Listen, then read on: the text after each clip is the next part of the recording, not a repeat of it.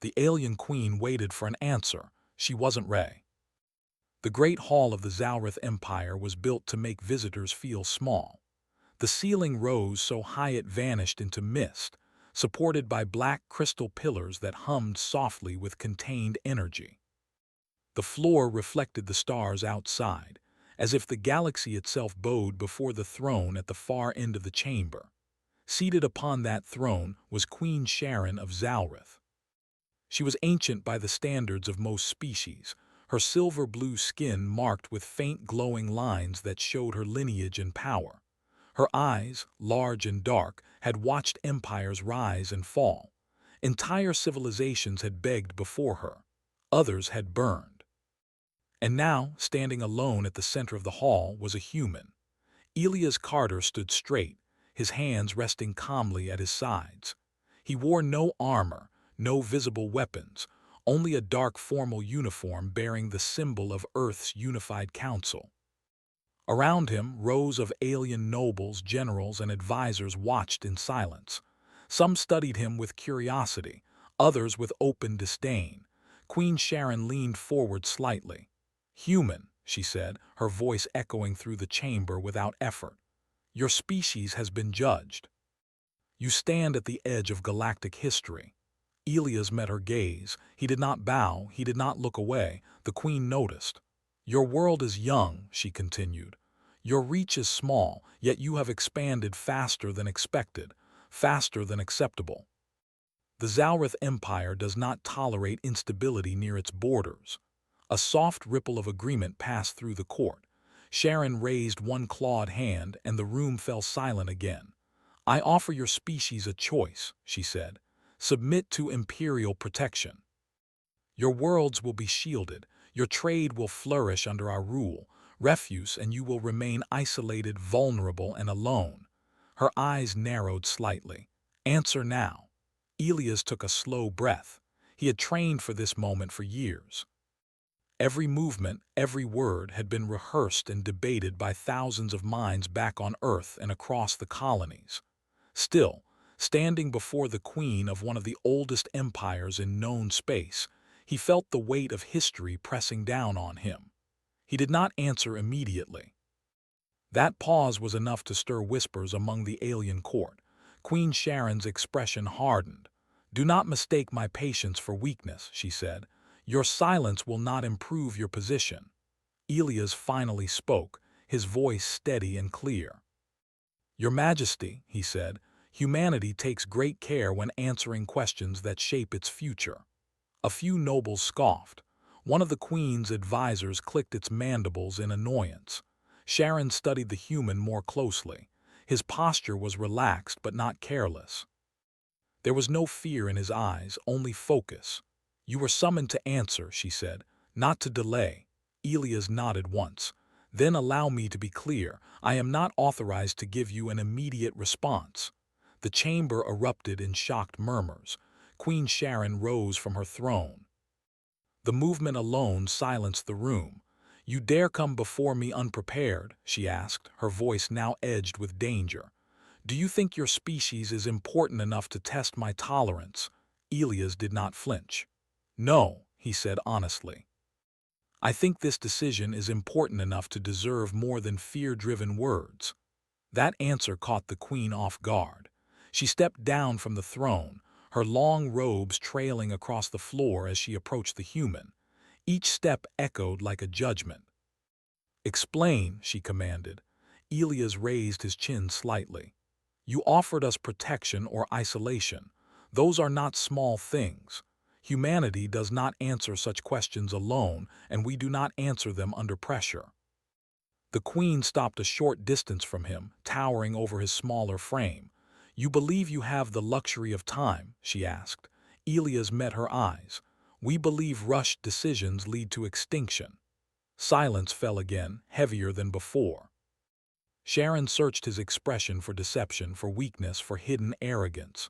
She found none of the usual signs. Instead, she sensed something unfamiliar, confidence without threat. Around them, the court waited for her reaction. Many expected punishment, some hoped for it. After a long moment, the queen spoke. "How much time?" she asked. Elias exhaled quietly. 7 standard cycles. Gasps echoed through the hall. That is unacceptable, snapped one of the generals. The human oversteps, Sharon raised a hand, cutting him off. Her gaze never left Elias. 7 cycles, she repeated. What will your species do in that time? Elias answered carefully. We will talk, we will argue, we will prepare, and then we will give you an answer that reflects who we are. The queen tilted her head slightly. And if I refuse, Elias did not hesitate, then we will still do those things. The honesty in his voice unsettled her more than defiance ever had. Sharon turned away and walked slowly back to her throne. When she sat, she appeared thoughtful, not angry. You are dismissed, she said at last. 7 cycles, no more. Elias bowed, not deeply but respectfully, and turned to leave. As he walked from the chamber, hundreds of alien eyes followed him. Some burned with hatred, others with curiosity, a few, disturbingly, with concern. When the doors closed behind him, the court erupted into argument. They insulted you, one noble hissed. They are insignificant, another said. Crush them now. Sharon listened but did not respond. Your Majesty, said her chief strategist carefully, granting time to a lesser species may be seen as weakness. The queen's fingers tightened on the arm of her throne. Weakness, she said quietly, is underestimating what you do not understand. She gestured and the hall dimmed as holographic displays filled the air. Images of Earth appeared along with data streams and historical records. Show me everything, she ordered. Wars, disasters, near extinctions. The strategist hesitated. All of it, all of it. As the displays shifted, the queen watched humanity's story unfold. Planet-wide wars, plagues, environmental collapse, internal division so deep it had nearly destroyed them. Yet again and again they endured. They should not have survived, she murmured. By our models, the strategist agreed, they should have collapsed multiple times. Sharon leaned back, her eyes narrowing thoughtfully.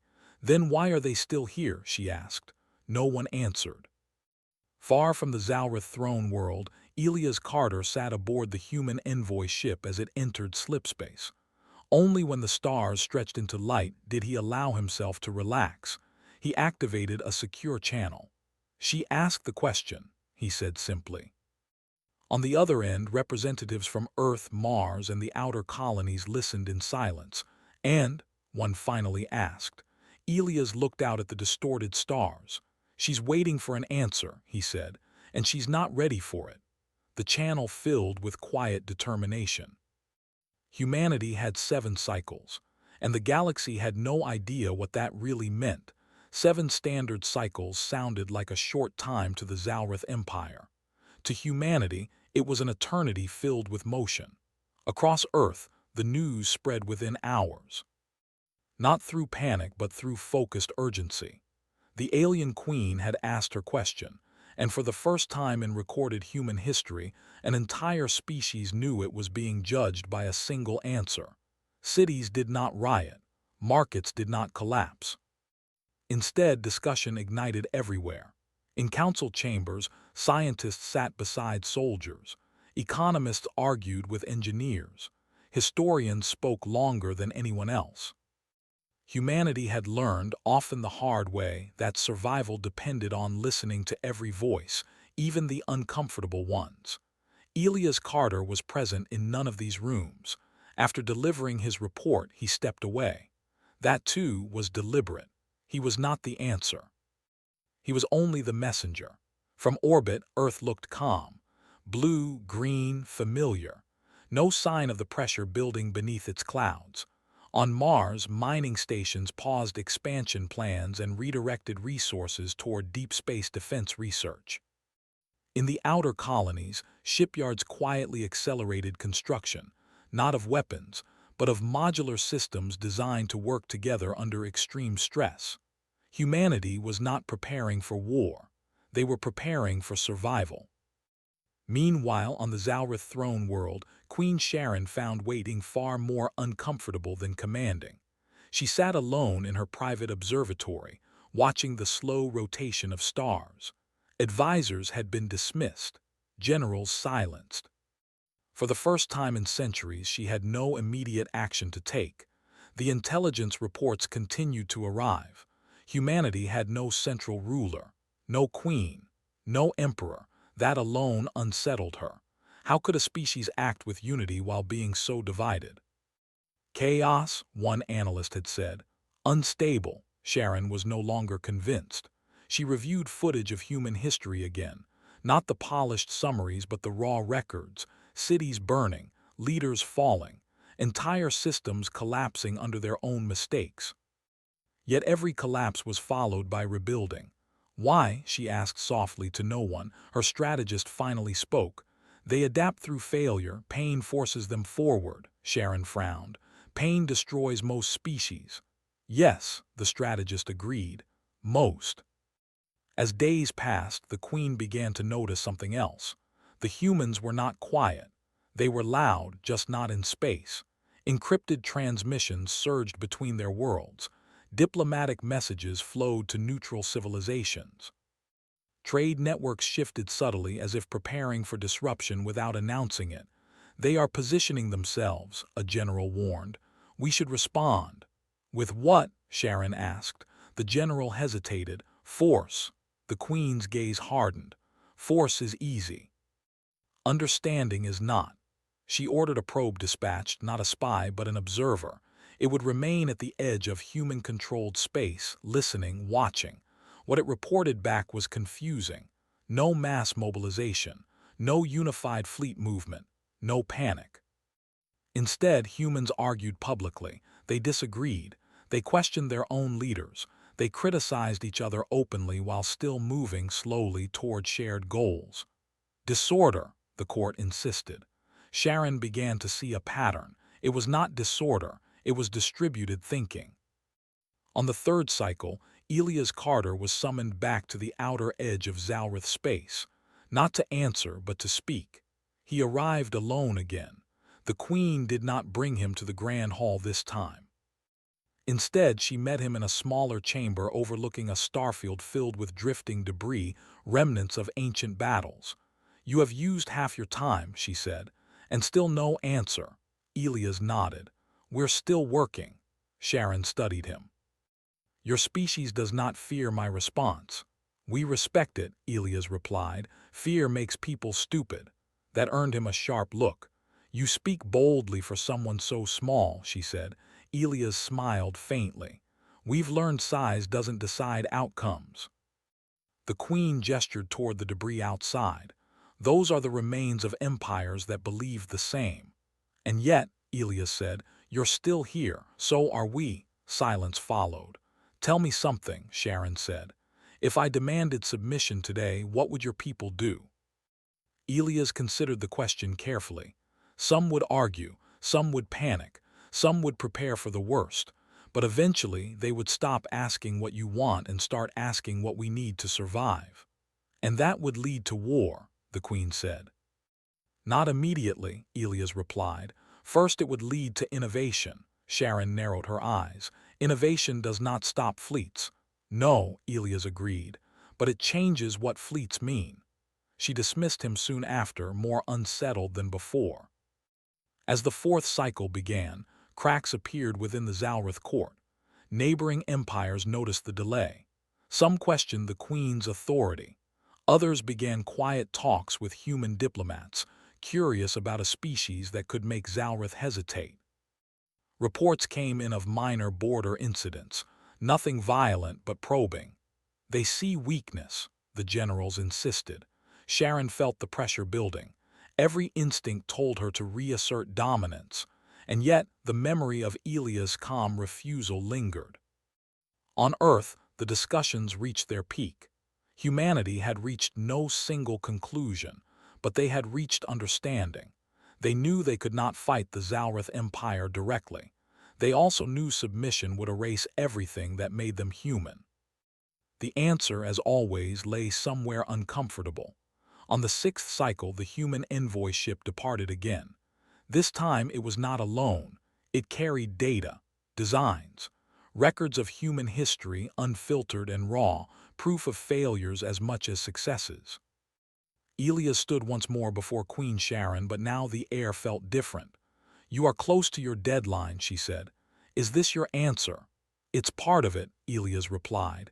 He activated the display. Images filled the chamber, not weapons, not threats, but moments. A city rebuilding after disaster, a joint rescue between former enemies, colonies surviving isolation by sharing limited resources. "This is who we are," Elias said. "We don't survive by conquering others. We survive by refusing to disappear." Sharon watched in silence. "You offer weakness as strength," she said. Elias shook his head. "We offer truth." She leaned forward. "And if I reject it?" "Then we adapt," Elias said simply. For the first time in centuries, Queen Sharon felt something dangerously close to anticipation. The seventh cycle approached. The queen waited for an answer, and slowly she began to understand that whatever humanity chose, it would not fit neatly into any category her empire understood. That realization unsettled her more than rebellion ever could. The seventh cycle arrived without ceremony. There were no alarms in the Zalrith Empire, no dramatic movement of fleets, no declaration echoing across the stars. The galaxy did not pause. It never did. Yet inside the Zalrith throne world, tension settled like a heavy fog. Queen Sharon stood before the wide viewport of her private chamber, watching a pale star slowly rise over the curve of the planet. She had not slept. Her mind replayed every report, every image, every quiet word spoken by the human envoy. Humanity had not begged. Humanity had not threatened. Humanity had not rushed. That alone made them dangerous. A soft chime sounded. "The human envoy has arrived," her attendant announced. Sharon closed her eyes for a brief moment, then turned. "Bring him." This time, Elias Carter was not taken to any hall.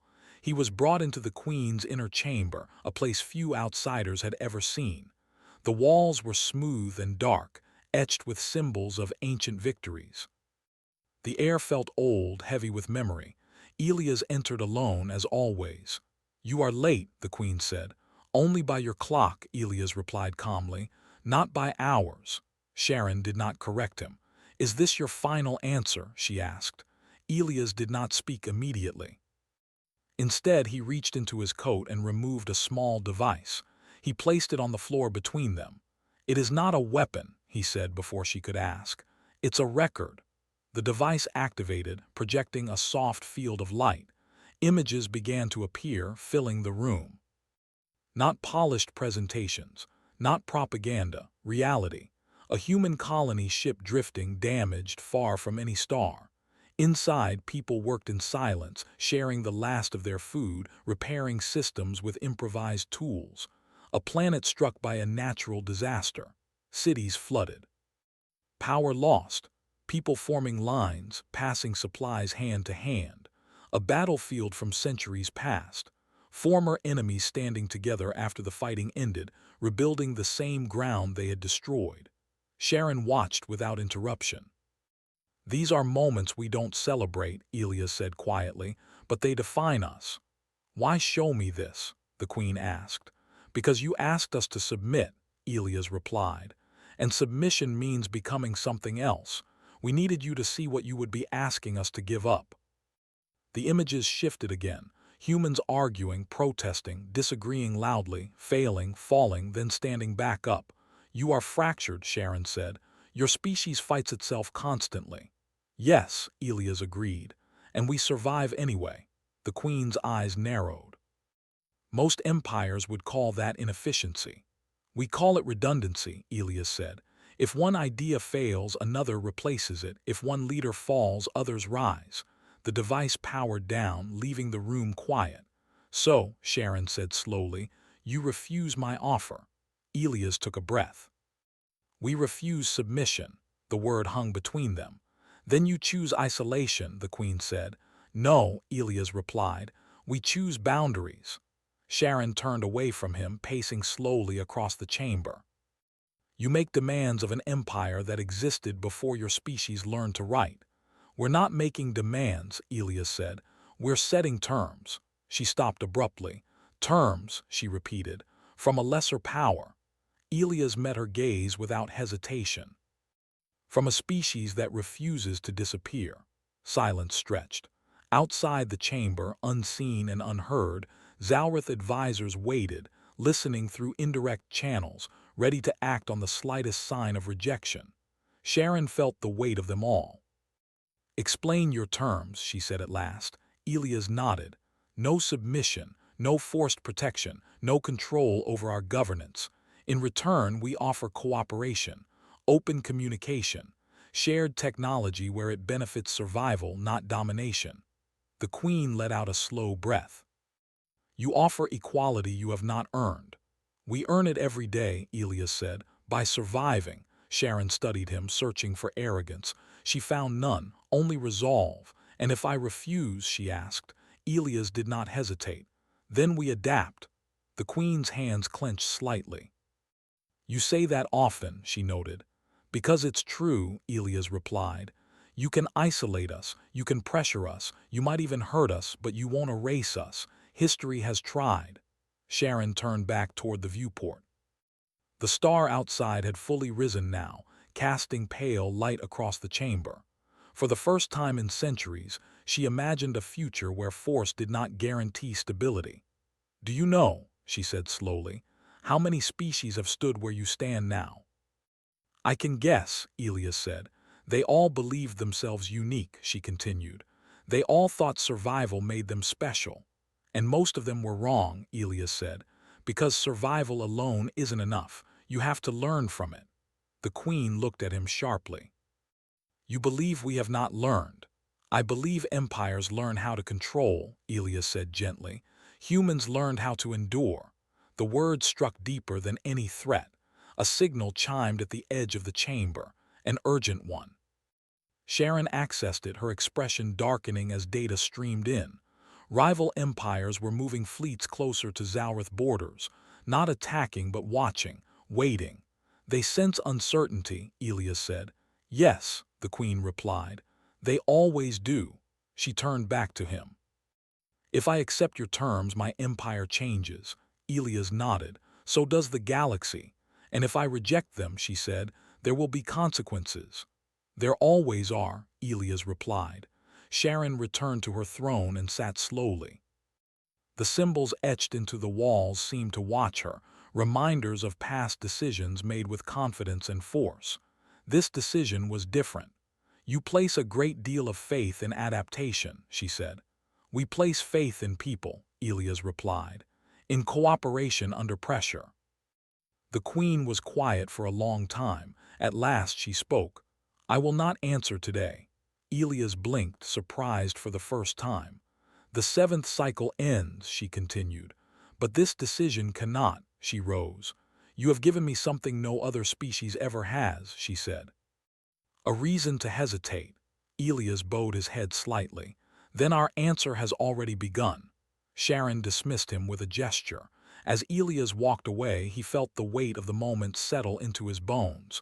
This was not victory, not yet, but it was movement. Across the galaxy, sensors tracked shifting alliances. Conversations changed tone. Other species began to look at humanity not as a curiosity but as a variable. Queen Sharon stood alone again, staring at the stars. For the first time since she took the throne, she did not see them as something to rule. She saw them as something to share. And that realization frightened her more than war ever had, because it meant the answer she had waited for was not a word. It was a future she could no longer control alone. The decision, when it finally came, did not arrive with thunder or spectacle. It came quietly. Queen Sharon stood before the full council of the Zalrith Empire, her presence commanding silence without effort. The vast chamber was filled, not just with nobles and generals, but with observers from allied systems and rival powers. News had spread. Something unusual was happening. At the center of the chamber, Elias Carter waited once more. No guards restrained him. No chains bound him. That alone unsettled many in the room. The Queen spoke. "For centuries," she said, The Zalrith Empire has expanded through certainty.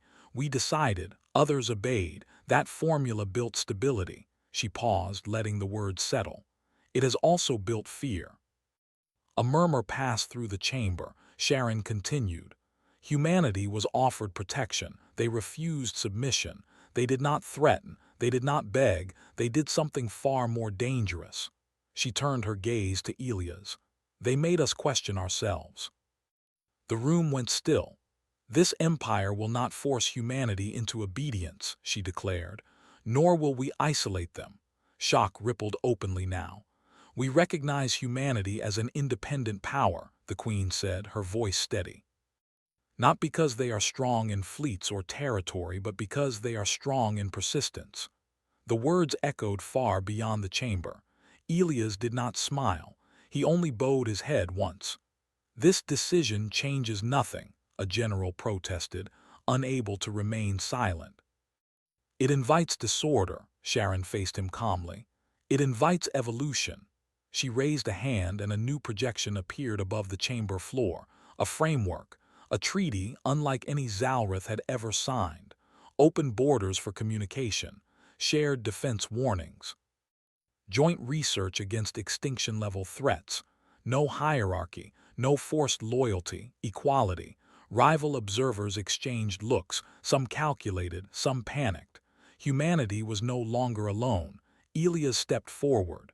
Humanity accepts, he said simply, not as subjects, not as rulers, but as partners. The Queen inclined her head. Then the answer I waited for is complete. The chamber dissolved into controlled chaos as officials rushed to transmit the announcement across the galaxy. Within hours, the consequences began. Neighboring empires halted fleet movements. Trade negotiations shifted. Species that had hidden beneath stronger powers began quiet outreach to Earth. Humanity had not fired a shot. They had changed the rules. On Earth, the response was not celebration but relief. People watched the announcement in silence. Then they went back to work, to building, to arguing, to planning, because survival did not pause for ceremony. Elias returned home days later. He walked through familiar streets unnoticed by most. That suited him fine. In orbit, human-built stations expanded communication arrays. On distant colonies, children studied new star maps that included names never seen before. Humanity was still small, but now they were seen. Queen Sharon watched the galaxy adjust from her observatory. Reports flooded in. Some systems welcomed the change. Others tested boundaries, probing for weakness. There were conflicts. There always were, but something fundamental had shifted. Empires hesitated before acting. They asked questions. They remembered the species that had stood alone before a throne and refused to kneel. Her strategist approached quietly. "You have altered the balance," they said. "Yes," Sharon replied, "and weakened our control." She turned to face them. Control was never stability. It was just delay. The strategist studied her. "Do you regret it?" The Queen considered the question. She remembered the debris fields of fallen empires, the cycles of conquest and collapse, the endless repetition. "No," she said at last. "For the first time I see a future that does not end the same way." Far away, Elias received a message, not from the Queen, not from a council, from a small, newly contacted species living on the edge of explored space. They had heard about humanity. They wanted advice. Elias forwarded the message to the right people and smiled faintly. This was how it began, not with domination but with connection. Years later, historians would struggle to define the moment the galaxy changed. Some would point to treaties, others to economic shifts or diplomatic reforms. But those who understood would trace it back to a single question asked by an ancient queen, and to a quiet answer she was not ready for. Humanity did not rise by conquering the stars. They rose by refusing to disappear. And the galaxy learned, slowly and reluctantly, that resilience could be more powerful than any empire.